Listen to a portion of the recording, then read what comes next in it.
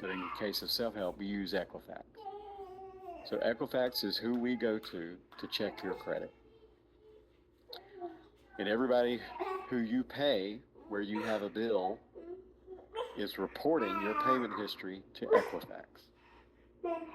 So Equifax has your credit history. They have your credit report, which is a listing of your entire credit history.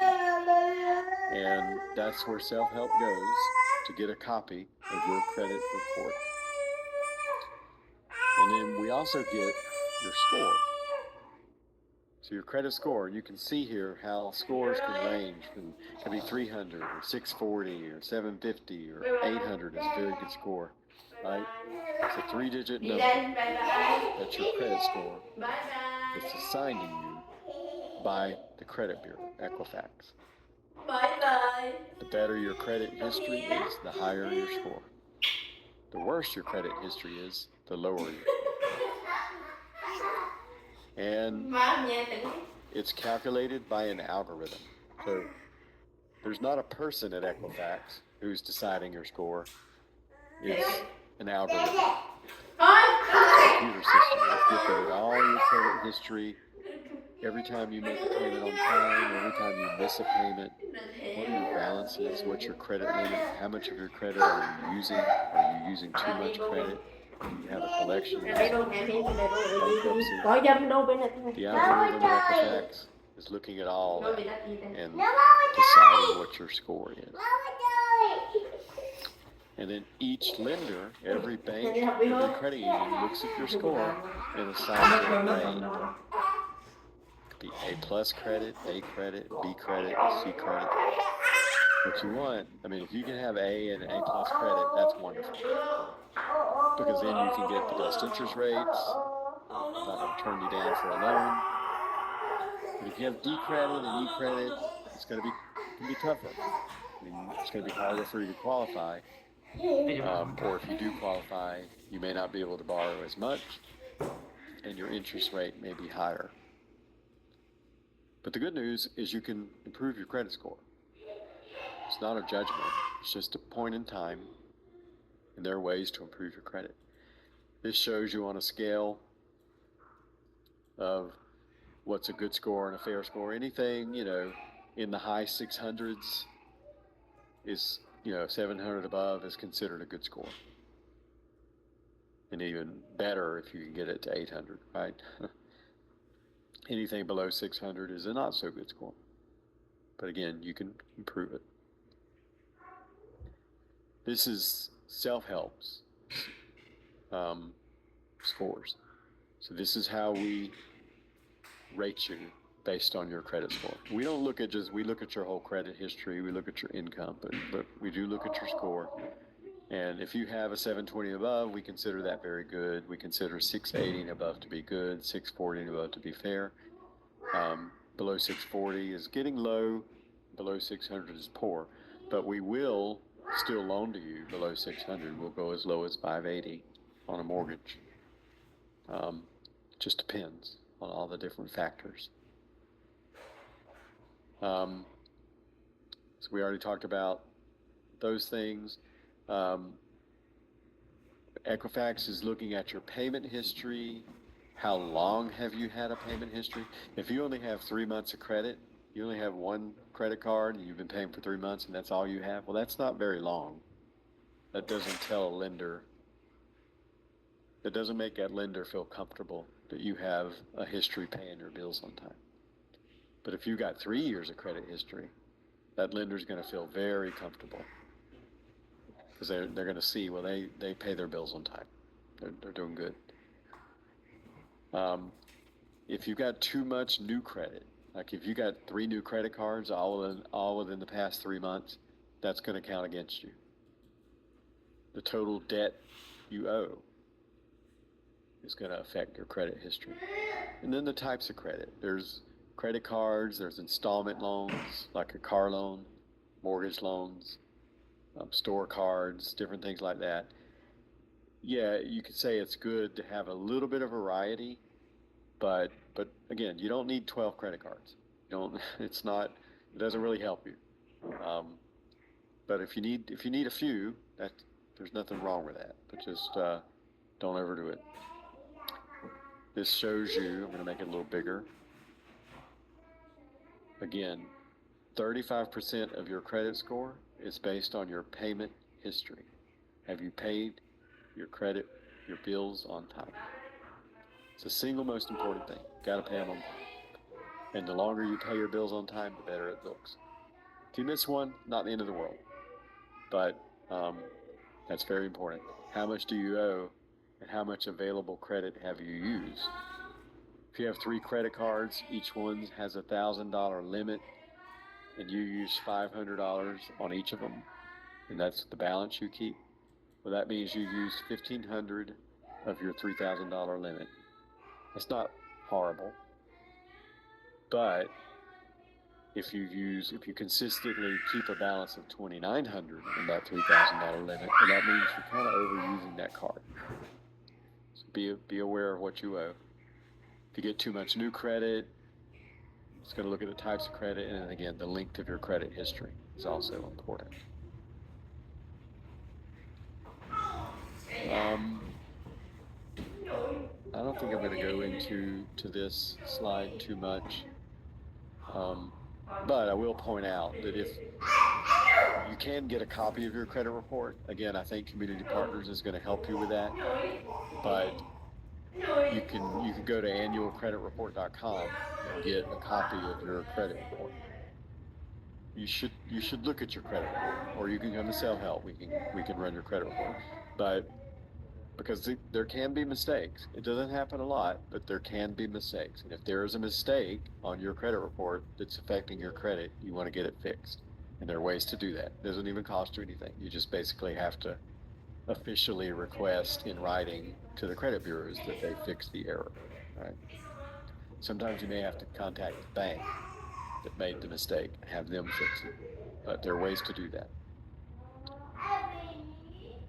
Here's a question. What's better, having no credit or having poor recent credit? Anybody want to take a guess at that?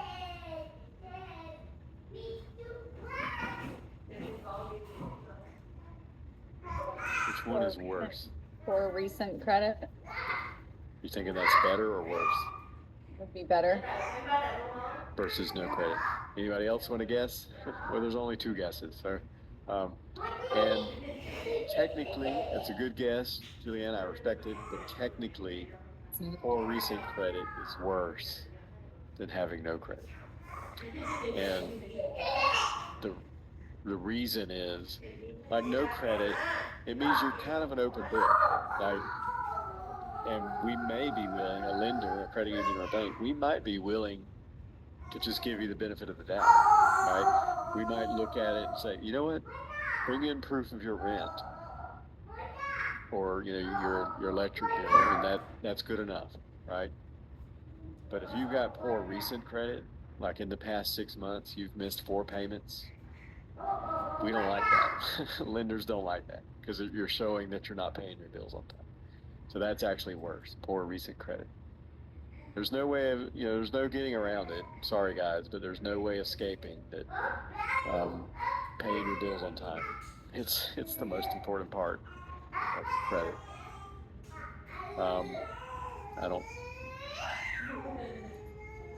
Some of these things, I don't know how some of these things stay on your credit longer than others, and I apologize, I don't know the answer to some of those things. But just be aware, almost all of these things stay on your credit for years. Bankruptcies, foreclosures, repossessions. It's not the end of the world. At some point, lenders will stop caring. Like if you had something 10 years ago, well, we're not going to care about something that happened 10 years ago. Especially if in the past 2 years you've been paying everything on time, and we see that, then we don't really care about a bankruptcy or a foreclosure from many years ago. We don't care about medical, at least at self-help, we don't care about medical collections. We just want to see things that are in your control in the past few years. How have you been doing? That's the most important thing. See if there's anything else. I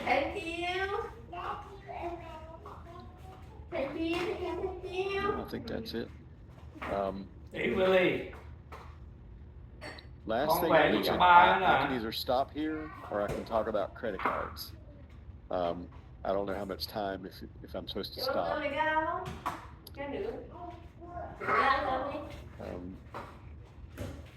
Anybody want to let me know for sure? No big deal. I'll be real quick and talk about credit cards, and then I'll finish. So I'm going to show you two examples. So we all get credit card things in the mail asking us to apply for credit, right? Or you can go to someone's website, apply for a credit card. Well, there's something, you don't have to know this, it's not important, but there's something called a Schumer box. Basically, every credit card company, every bank, every credit card has to have a Schumer box. It's a box that lists all the rates and fees for a credit card. You've probably seen it. Many times. I'm going to show you an example. I'm going to show you self-helps, and I'm going to show you another bank's. You can kind of compare the two. So this will help you if you're evaluating different credit cards. All right, share. All right.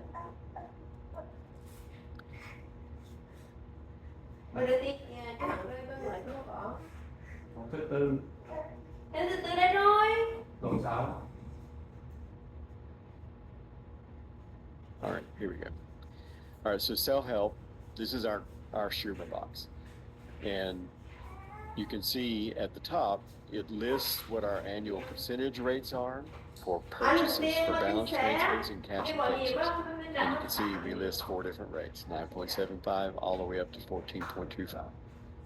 14.25 is probably like for C and D credit. 9.75 is for A credit. Right? It says, what is the penalty APR? Penalty APR is if you miss a payment, what is your interest rate changed to? Well, the self-help changed it. Now have a penalty APR.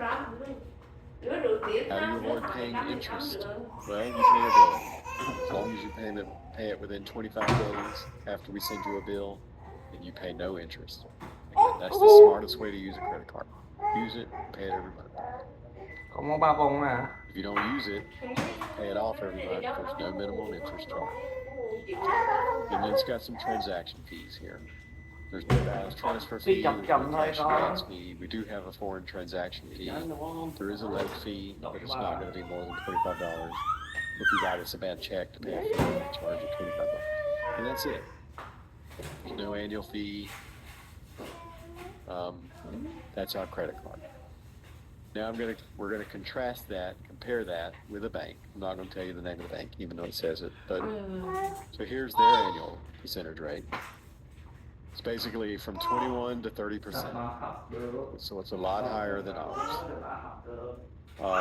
I'm not trying to sell you our credit card. I just want you to see the difference between really what's bad interest, bad, not a good credit card, and a better credit card.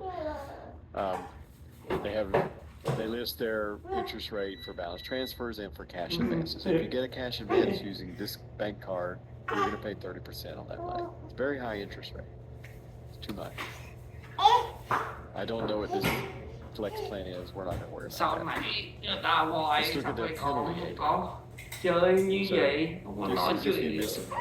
So if you're late, they'll send you the bill. It's due at the end of the month, and you pay it 2 weeks later. They're going to change your interest rate. If it was 20%, they're going to change it basically to 30%, 29.9.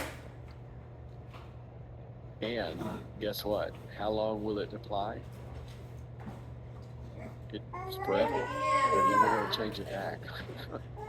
So if you missed this one payment with this credit card, they're raising your interest rate, and it's never going to change back. You may be able to call them and get them to change it, but generally speaking, they don't have to. So you always want to look out for this penalty APR. That's a gotcha. You want to avoid gotchas.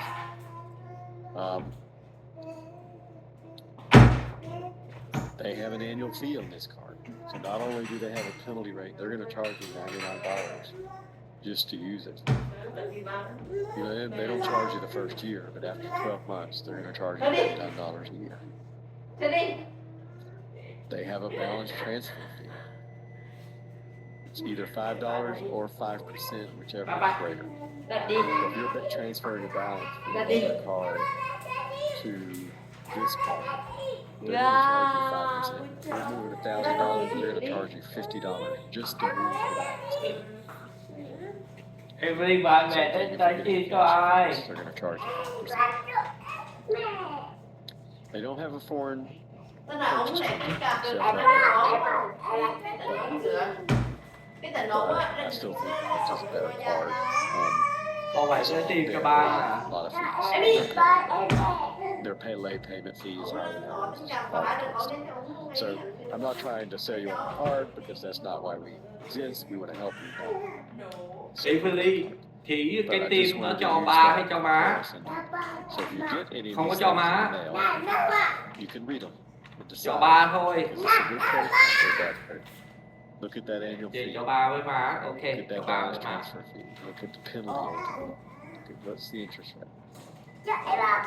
If you don't look at those things, you just sign up for it. You might be signing up for something that's bad for you. So I think that's all I have. I've talked a lot. I'm sorry if I talk too much.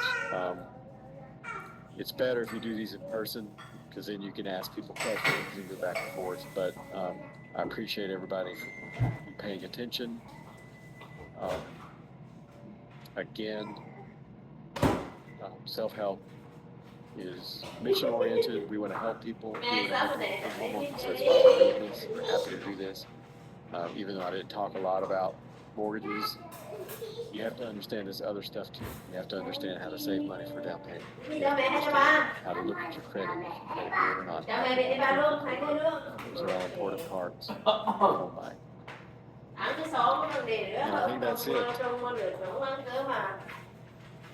Thank you, Sam. And also, can you please send me back the host because I gave it to you earlier. Okay. Thank you very much, Sam. Since we still have a couple more minutes to go through, if you wanna stop by, like you say, next week it's gonna be in next week, and then after next week it's gonna be in person. If you wanna stop by next week, it's you're free to stop by. If I change the link, then I will send you the new link as well to stop by, because by next week we probably will have a new link based off for the people that's here.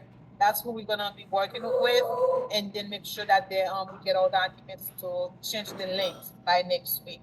And for not taking too long, we're gonna pass with Nora, and then for the next 25 minutes. And then so after that, we'll be talking about for those that haven't provided documents, so we can get those documents from you guys. Thank you once again. Thank you for coming to the workshop tonight, to the classes tonight. Please, please, please, please write down your questions, because when we bring you the experts, that's the purpose for you to get more knowledge, and also to write down your questions down for your speaker. All right, Noah. And one more quick thing I'll say is I will send these slides and also the links to CSPBE and to those worksheets. I will send all of that. Okay, after. you can send them to me. Yeah. And But also, thank you all. I have a book. I'm not sure if I do still have some more English from that what you are sharing for from FDIC. I have those books that showing you how to budget as well too, because they mail those materials to you. All right, Nora. Sorry about that. No worries, no worries. Thank you, Sam. Before I get my host back, please, before you leave, Sam sent the host back. I think I did it, but honestly, I don't know how to do it. No, I know I can. Oh, I have sharing. I had the Okay, not capability. sharing. Okay. I believe he made me host. Yes. Good. All We're right. already Good. Thank synchronized. you. Me and Sam are already synchronized. We're good. We're good. So Good evening, everyone. I'll be with you for the next 4 or 5 hours.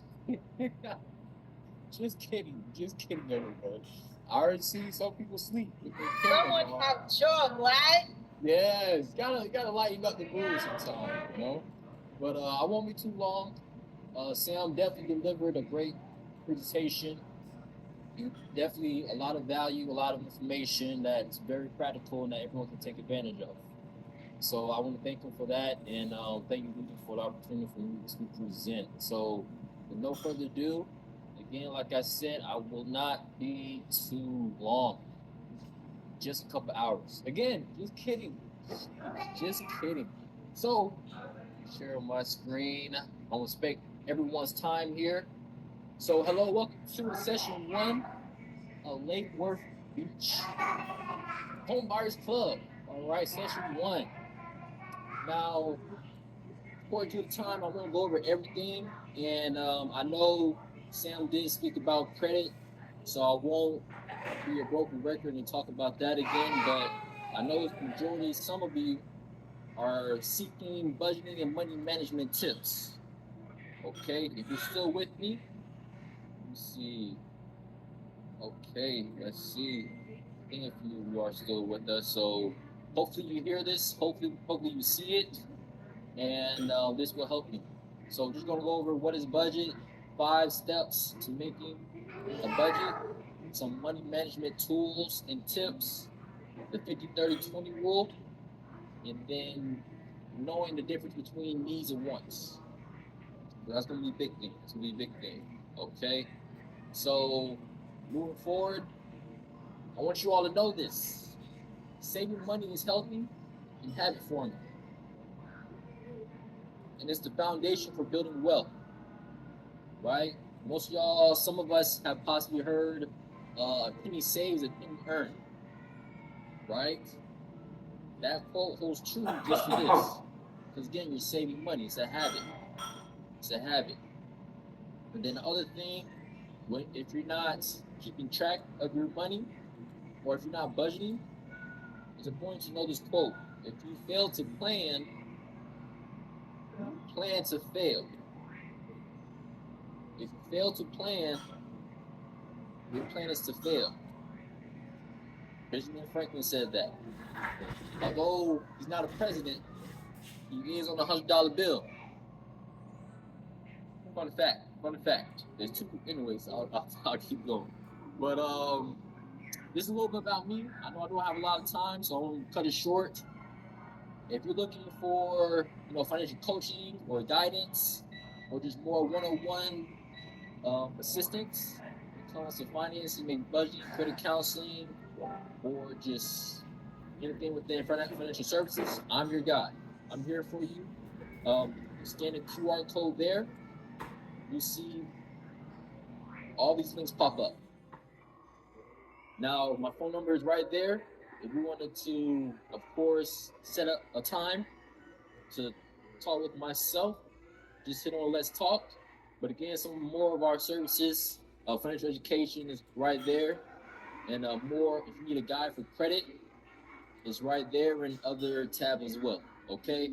Now, I have my family there just because they're the reason why I'm doing what I'm doing. Right? You got to have a why you're doing things. Because I seen the struggle, I seen the sacrifices. I had to go through it to grow through it. Right? You got to go through what you go through. So everyone here right now, you may not be where you want to be, but you don't have to stay there. You're just growing through it and going through it, okay? So that's my spiel. And quick riddle. I have a head. I'm a guy of riddles. I like to have fun, as you can see. I have a head, tail, but no arms and legs. What am I? Feel free to utilize the chat box. I have a head, a tail, but no arms and legs. What am I? Do you want the answer? Yes, feel free to chime in. Yes. A coin? A coin. That's correct. That's correct. Now this is this is all subjective too. There's no right or wrong answer. But if I were to ask you, you had the opportunity to choose any one of these 4 options, which one would you choose? Would you choose number 1, $1 million of cash, hanging with the richest person on earth for 3 years, a coin toss for 200 million, all or nothing, or a lifetime free travel? Put it in the chat box. I want to see your answers. Put in the chat box. Okay. Let's see what we have here.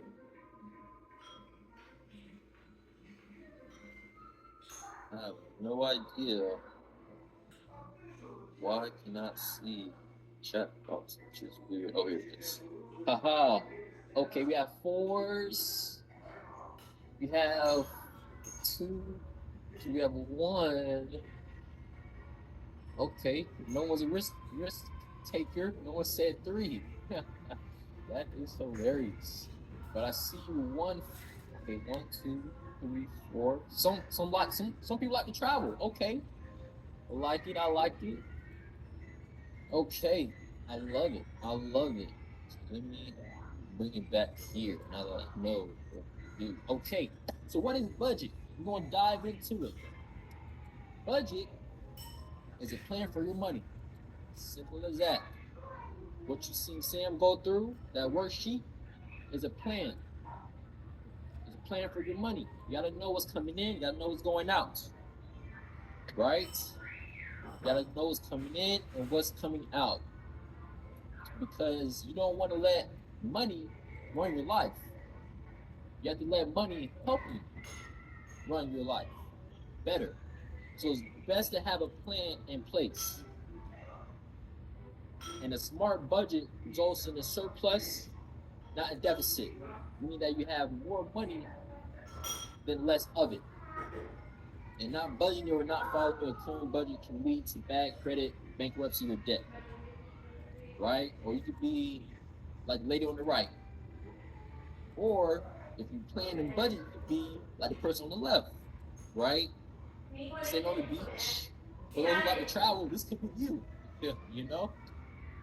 But to make it more practical, more tangible for you, if you have paper and pen, probably I'll write these 5 steps down to making a budget. Step 1, figure out your weekly or bi-weekly income. Okay? Figure out your weekly or bi-weekly income. That's step number 1. Number 2, every week, make a list of things you need to spend money on. Keyword, need. Every week, make a list of the things you need to spend money on.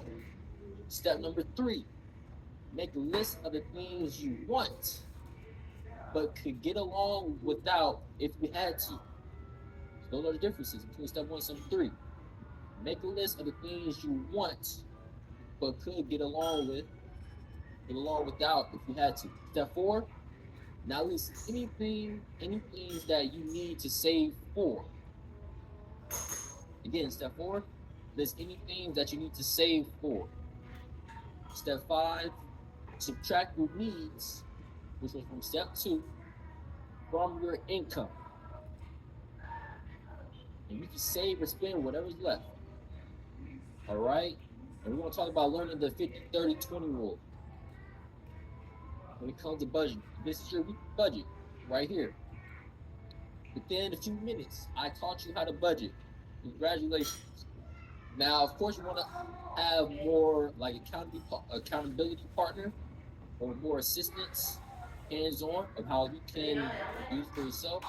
That's where my assistance can be given to you. Okay. Now, here's a video about budgeting.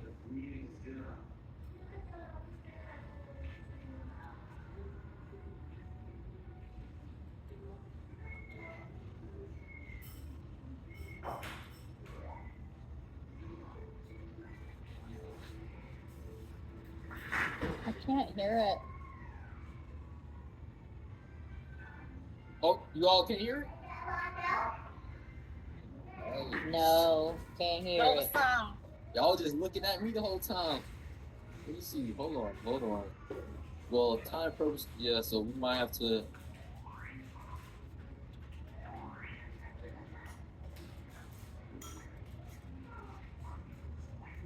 All right.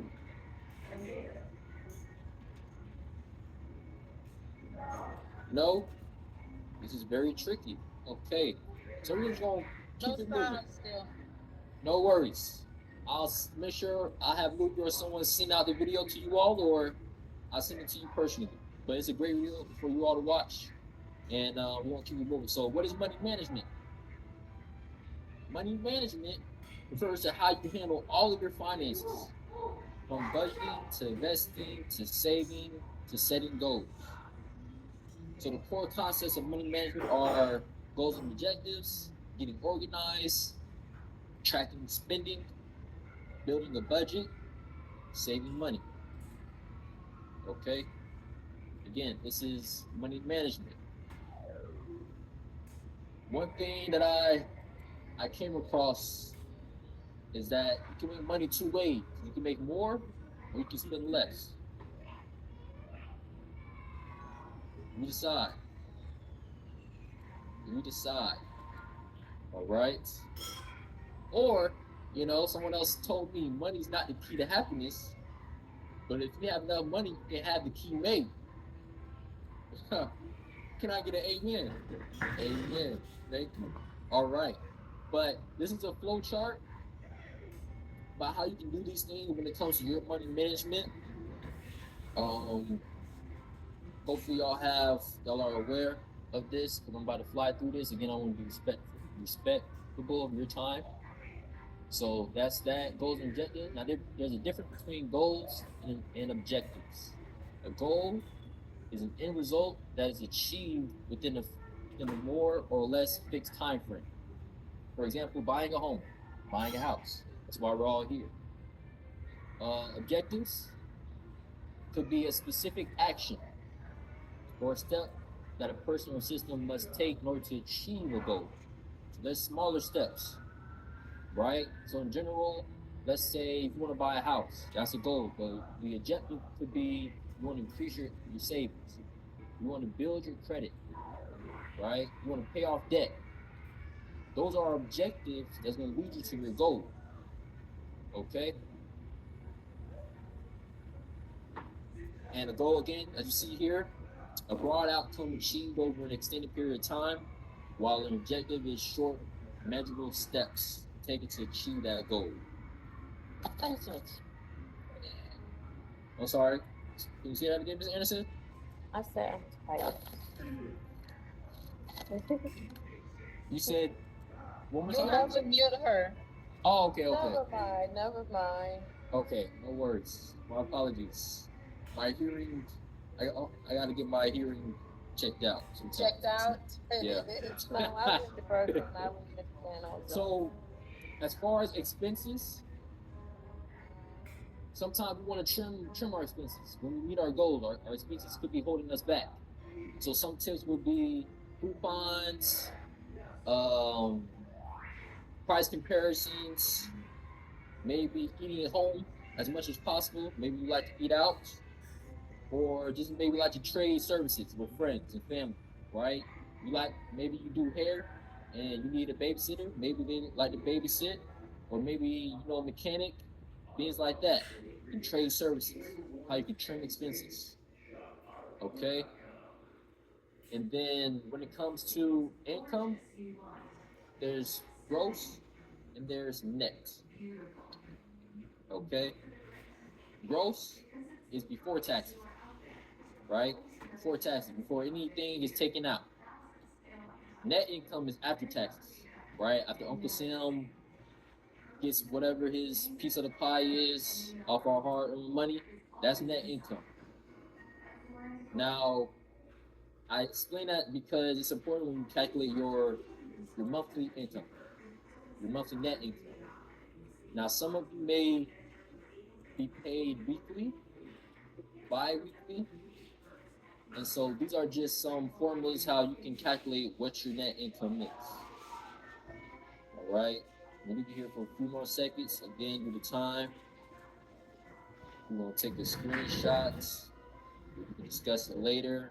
3, 2, 1. And knowing the difference between wants and needs. Highly important. You are over 40. You need to try this. Okay. Thank you, Lodi. I appreciate Sorry. you. And again, I know I can't share a video right now. So this would be a good one. If you want to take a screenshot or if you just want me to send it to you, that's fine as well. And then needs versus wants. The need is something that you have to have. You can't do without. Hygiene, electricity, food, clothes. A want is something that you would like to have. It's not absolutely necessary. Okay? For example, you see the little girl right here. She's looking at the ice cream. No, not ice cream. Cupcake. I'm thinking about ice cream. But she's looking at the cupcake. She's thinking about if she needs it or wants it. Right? But another thing is knowing the difference between assets and liabilities. This is a key thing to know, financial education. You have to know the difference between assets and liabilities. Okay? And since you all are here, I'll explain it to you. So assets are things that are owned or controlled. Okay? That's owned or controlled that adds value to you or brings you money, brings you income. While liabilities are something that is owed, right? Maybe it's a loan, tax obligation, or something that you're paying off still. That's a liability. Okay? Again, this video will explain it in a minute, but having technical difficulties and we're short on time. So again, this is a more graphic. It's asset is something that brings money back to you, while liability is something that you buy and it does not bring money back to you. All right. And these are just a few examples. A car. Maybe you have maybe you're on Turo. Maybe you want to start a car business, or overall just bringing you money because you're getting from point A to point B to work. Right? Jewelry, it appreciates. Assets are things that appreciate as well. Right? Some people, there's paintings. I've seen some paintings that's something that I can do, right? But it's worth millions and billions of dollars. So, beauty is in the eye of the beholder, as they say, right? So just keep that in mind. But it's 7:30. These are a list of books I highly recommend. You all to read. Right? Not saying read all of them, but if you're a book reader like me, definitely read all of them. But I read all the top books, from Secrets of the Millionaire Mind to How Money Works. I'm currently reading the books on the bottom. So Psychology of Money, I've been recommended. People told me great things about it. The Rich Man in Babylon, How Money Works for Women, and Happy Money. So again, if you're seeking how to better your finances, how to better your wealth, because again, it starts on the inside. It starts on the inside, then it works its way out, right? Because your actions and your behaviors are going to be the pillars of how much money you have, right? If you spend a lot, that pretty much shows you where your values are in money. But at the same time, you got to know what the wealthy are doing and what, again, millionaires and billionaires are doing. But again, they put these information in books because they know people are going to read it. So read these books or let's get connected. How can we get connected? I'm glad that you asked. Great question. Scan a QR code or simply send me a text or email me. Okay? My phone number, 561-906-3207. Email invest at cpsfl.org. My name is Noah West, a financial coach. No, I did not build the ark, and no, I'm not related to Kanye West, but I love to help you and achieve your financial success. So, with that being said, thank you so much. Have a great evening. I hand it back to Moody.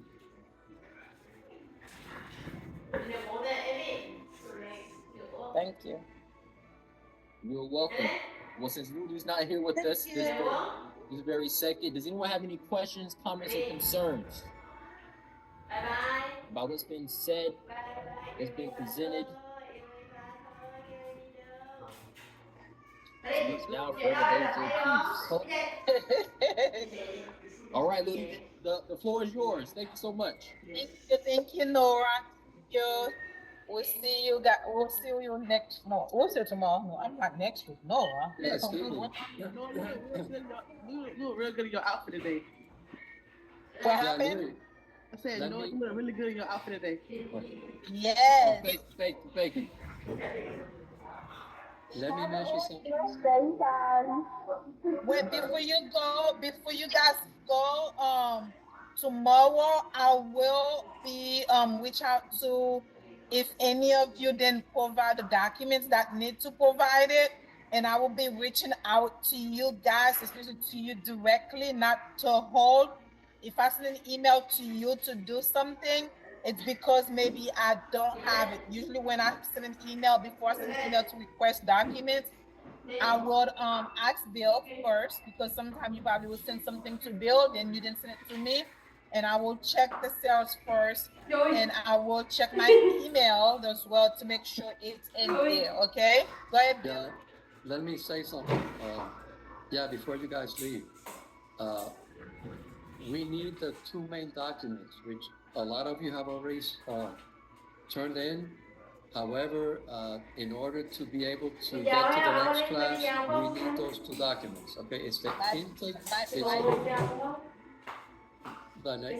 So it's the intake form and it's the consent forms, or the HO forms, okay, which is home ownership forms. Those two. Now, anybody who does not have them or does not submitted them, you can reach me. You already have my number in my email, and I will send you a link, okay, to do it through DocuSign, which is going to take you like 3 to 5 minutes tops. Okay, and the intake form, which is something that's more involved, you have to write a little bit more. I'm going to give you the option so you can fill it out through the phone. You know, you can give me the information, I fill it out for you to make it easy. Okay. But please have those ready for next time, because we're going to be changing the link. We're going to get I'm sorry. For Wednesday, before Wednesday. Okay. The sooner the better. Okay. So there's no confusion or anything. It's going to take you very, very short time, as a lot of you, I was able to text you and you know, we did it really fast, right? Thank you, em. So any one of you that does not have the documents, please reach out. I will reach out to you as I see if anybody else doesn't have them. But there's some of you that I don't have the phone number. So if you're new, when they log into that, they were able to put their phone number in. I sent a message for them to please send me the text me their phone, their email and their name, so I get their phone number. Okay. Okay. Any questions? Everybody clear what I said? We all clear? We'll see you all Anybody awake? Yes, thank you.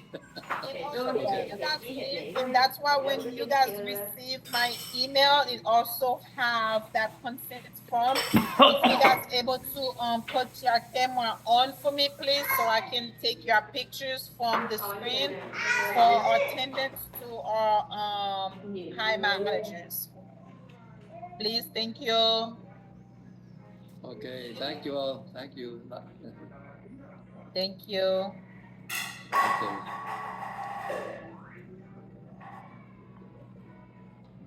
Thank you.